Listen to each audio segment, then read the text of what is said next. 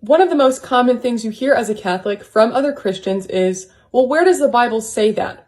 Here's the problem with this question, though.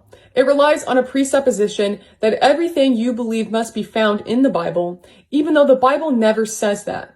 In fact, you see the opposite said, like in passages such as 2 Thessalonians 2:15, where St. Paul says, "Hold fast to the traditions handed on to you, whether by word of mouth or by letter." We have to remember that the early Christians were not relying on a fully assembled New Testament in order to distinguish their beliefs. Instead, the early Christians were mostly relying on the oral traditions handed on to them by the apostles, and if there was some dispute or something going on in their church, St. Paul may have written them a letter.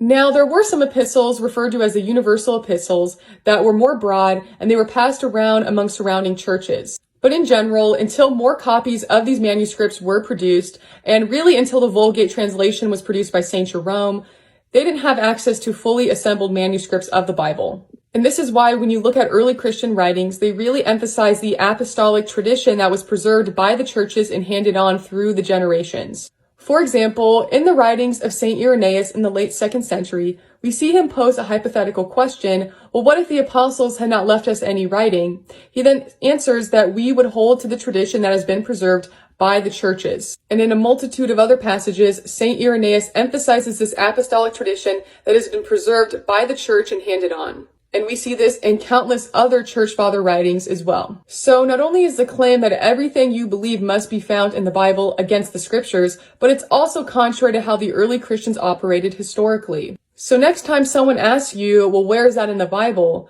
Ask them, well, where does the Bible say that everything you believe must be in the Bible?